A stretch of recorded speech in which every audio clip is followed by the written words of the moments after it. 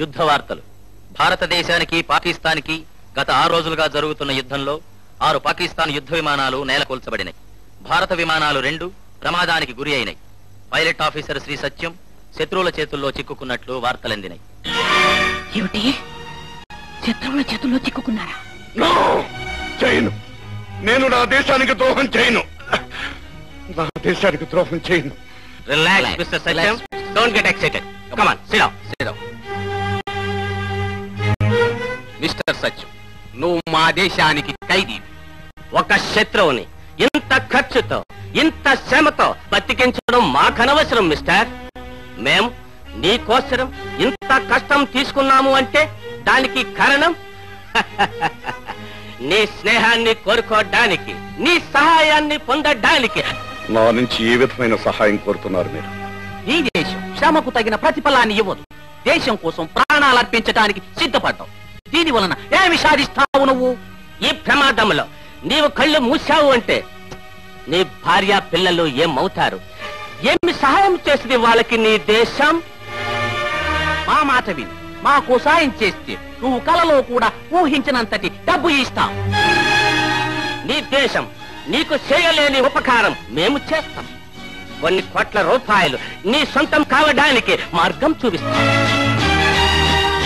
కోట్ల? అవును. ఈ కోట్ల రూపాయలతో నీవు నీ కుటుంబము మహారాజులా బ్రతకవచ్చు. మిస్టర్ సత్యం, ఈ దేశంలో ఆ డబ్బు 10 జన్మల ఎత్తిన నువ్వు సంపాదించలేవు.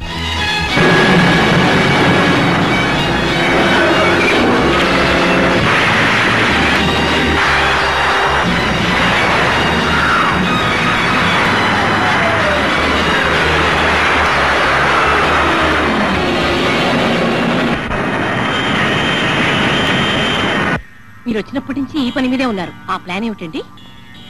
ప్రపంచం మొత్తాన్ని వైజ్ఞానికంగా తమ చెప్పు చేతుల్లో ఉంచుకునే పథకాన్ని తయారు చేయమని విదేశీయులు నాకు డబ్బిచ్చారన్నపూర్ణ.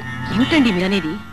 సముద్రంలోనూ ఆకాశంలోనూ నేను నిర్మించబోయే ప్రయోగశాలల గురించి వాళ్ళకు కూడా తెలియకుండా ప్లాన్ చేశాను. డబ్బుతో నా శక్తి సామర్థ్యాలను కొని ఈ ప్రయోగాన్ని తామే తయారు చేశామని చెప్పుకోవాలని ప్రయత్నిస్తున్న ఆ గుంటనకల కళ్ళు వాళ్ళ వేళతోనే పడవబోతున్నాను.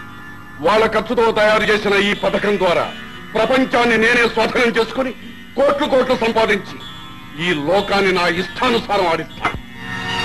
అయ్యో, ఏమిటండి ఇది? పదవి వ్యామోహంతో, డబ్బు మీద కాంక్షతో మాతృదేశానికి ద్రోహం తలపెడతారా? దేశాన్ని నమ్ముకున్న మనుషులకి ఈ దేశం ఏమిస్తోంది?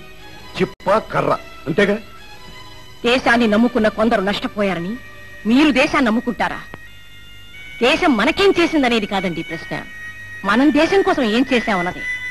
భారతదేశం కన్నతల్లి లాంటిదని, ఈ దేశం కోసం మీ ప్రాణాలైనా అర్పిస్తానని గర్వంగా శపథం చేసిన మీరైనా ఈ రోజు ఇలా మాట్లాడుతున్నారు. భారత మత శీలాన్ని నడివీధిలో బేరం పెడతారా? ఇది మీకు న్యాయం అనిపిస్తోందా?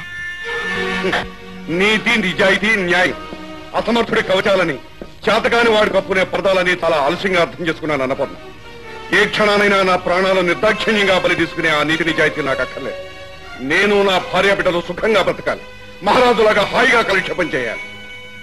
దేశానికి ద్రోహం చేసి సంపాదించే డబ్బు కాలకూట విషంతో సమానమండి. ఆ విషయం మనల్ని నిలువునా కాల్చి మసి చేసేస్తుందండి. మనకొద్దండి ఆ డబ్బు, ఆ అన్యాయపు సొత్తు మనకొద్దు. దేశం కోసం ప్రాణాలు అర్పించడానికి సిద్ధపడ్డ దేశభక్తుడు నా భర్తని ఇన్నేళ్లు మురిసిపోయాను. నిన్నరాక మొన్న మీరు బహుమతిని గౌరవాన్ని అందుకుంటున్నప్పుడు మీ భార్యనైనందుకు నేనెంతో గర్వపడ్డాను.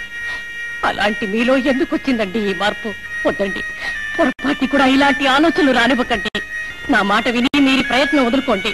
మీకు దండం పెడతాను, మీ కాళ్ళు పట్టుకుంటానండి. ఏమండి? 600 నా నిర్ణయం మారదన్నపూర్ణ. నాకు డబ్బు కావాలి. I want money, money, money and money alone.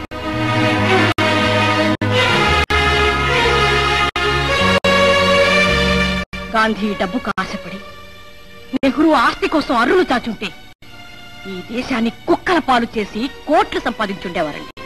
బతకడం చేతగాని మనుషులు వాళ్ళ బతుకులు నాకు ఆదర్శం కాదు.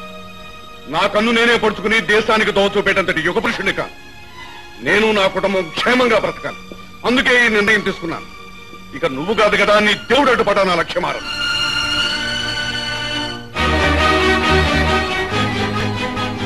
ఇదే మీ నిర్ణయమా? అవును, దీనికి తిరుగులేదు.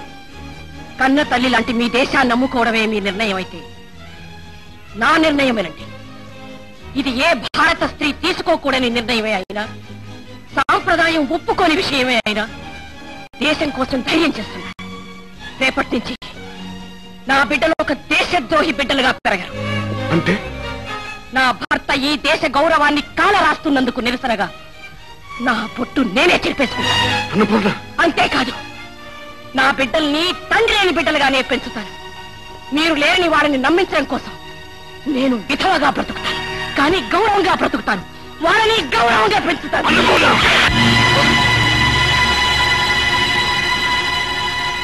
ఆల్ రైట్, విధవగానే బ్రతుకు. మొగుడుండి మొండ మోసింది అలాగనే బ్రతుకు. ఇక నుంచి నాకు భార్య లేదు, పిల్ల లేదు, ఇల్లు లేదు, దేశం లేదు. నాకున్నదలా నేను ఒక్కడినే. నేను సుఖంగా బ్రతకాలి, చక్రవర్తిలాగా ఈ ప్రపంచాన్ని పరిపాలించాలి. That's all.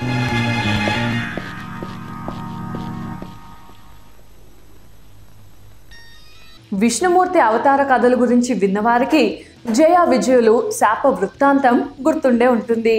జయ విజయులు ఇరువురు విష్ణుమూర్తి ద్వారపాలకులు. కొందరు మహర్షులను వైకుంఠంలోనికి రానివ్వకుండా అడ్డుపడినందుకు శిక్షగా వారు రాక్షసులుగా భూలోకం మీద జన్మించాలన్న శాపాన్ని పొందడము. వారిని సంహరించేందుకు విష్ణుమూర్తి నరసింహునిగా, రామునిగా, కృష్ణునిగా అవతారాలు దాల్చడం తెలిసిందే. ఇంతకీ ఆ జయ విజయులకు శాప